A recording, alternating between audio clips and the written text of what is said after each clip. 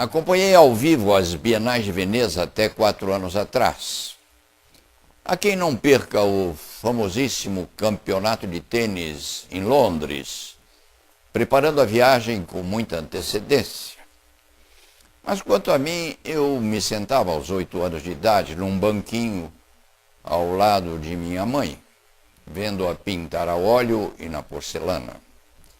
Naquela época, talvez, comecei a gostar de pintura e desenho, embora nunca permitindo que alguém me ensinasse a arte, temeroso de me tornar um aprendiz medíocre.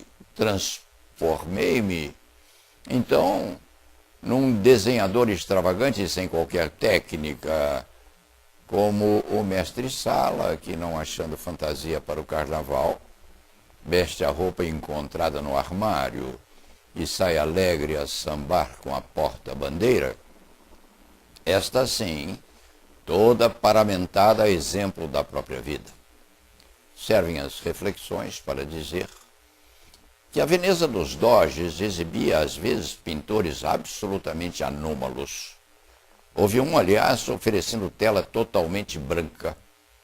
Seu argumento maior, as cores e os motivos, estariam no olhar do visitante. É bom recordar, sem analogia, Michel Basquiat. Antes pichador de muros, depois famoso nos meios artísticos em geral. Morreu cedo, como Jimi Hendrix, que se foi aos 27, ambos envenenados por mefíticas drogas modernas. Pelo sim, pelo não, é bom dizer que conheço alguma coisa de pintura, a partir da admiração pela primeira cena rupestre deixada em tempos imemoriais numa caverna da França, representando um bisão e um guerreiro, a fera trespassada por uma lança, constatando-se que o caçador, nu, tinha a masculinidade devidamente enrijecida, coisas do mundo. Evidentemente, e também, os endocrinologistas modernos explicariam isso a poder da alquimia, das endorfinas, adrenalinas e todo o contexto glandular terminando em ina.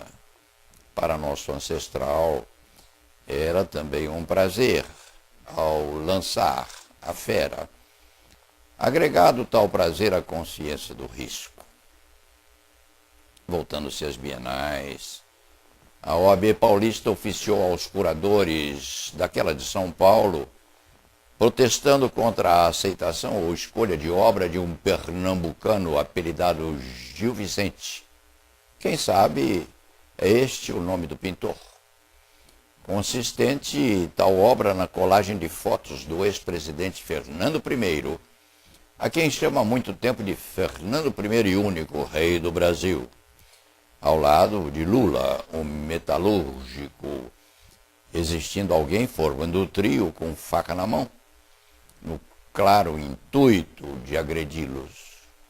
Meu dileto amigo Luiz Flávio Borges Durso, sempre presente presidente da Seccional Paulista da Ordem dos Advogados e muito atento às coisas da arte, acentua que aquele quadro ou aquela obra é uma apologia de crime, justificando, portanto, repulsa. Deveriam retirá-la do cenário. Mas os curadores da Bienal reagem, dizendo que a arte inadmite censura, independentemente das virtudes do artista, e ele deve tê-las, pois se não as tivesse, não teria sido convidado para expor a clonagem. Fernando I e único rei do Brasil e Luiz Inácio, o metalúrgico, não merecem tal distinção. Teçam-se algumas considerações sobre o assunto, jogando-se as favas à ordem cronológica dos fatos. O Ronald Reagan foi vítima de homicídio tentado. Os dois Kennedy morreram assassinados. Um terceiro membro do clã naufragou dentro do automóvel numa lagoa qualquer nos Estados Unidos. A moça morreu. Ele nadou até a margem e se penitenciou daquilo pelo resto da vida. Lincoln casado com Mary, morreu com um tiro na nuca desferido por Booth durante um ato de peça teatral. Afirma-se que Mary era caprichosa, mas isso não vem ao caso. O Papa João Paulo II quase foi entrevistar-se antes do tempo com o Criador, de quem, aliás, deve ser amigo, porque será canonizado. Gandhi morreu apunhalado enquanto andava no meio da multidão, e houve no Brasil, analogamente, atentados contra líderes máximos. Não se fale de outros países igualmente submetidos a tragédias assemelhadas, bastando elencar, para que não se perca o escorço histórico, Caio Júlio César, morto por brutos em priscas eras. Não se tem, entretanto, notícia de divulgação anterior dos propósitos daqueles homicidas. Até Bakunin, num atentado frustro ao czar Alexandre II da Rússia, escondia a bomba sob o casaco, não mostrava sua vontade de matar o nobre. Tocante a Gil Vicente, não o autêntico, mas este, não se tem a ideia preconcebida quanto a possíveis intenções malévolas do expositor. Ou fez aquilo por não gostar de Fernando I e Único e do metalúrgico, ou por ter pesadelo com eles, ou por basófia, ou simplesmente para aparecer. A qualidade da obra e os retratados têm poucos atrativos. A dupla de seu lado há de ficar muito satisfeita com a distinção. Afinal, suas imagens estarão entronizadas numa galeria da mais importante mostra do Brasil, não bastando a permanente projeção na mídia. O episódio é grandiloquente, servindo à paranoia do desequilibrado e assustando o homem comum.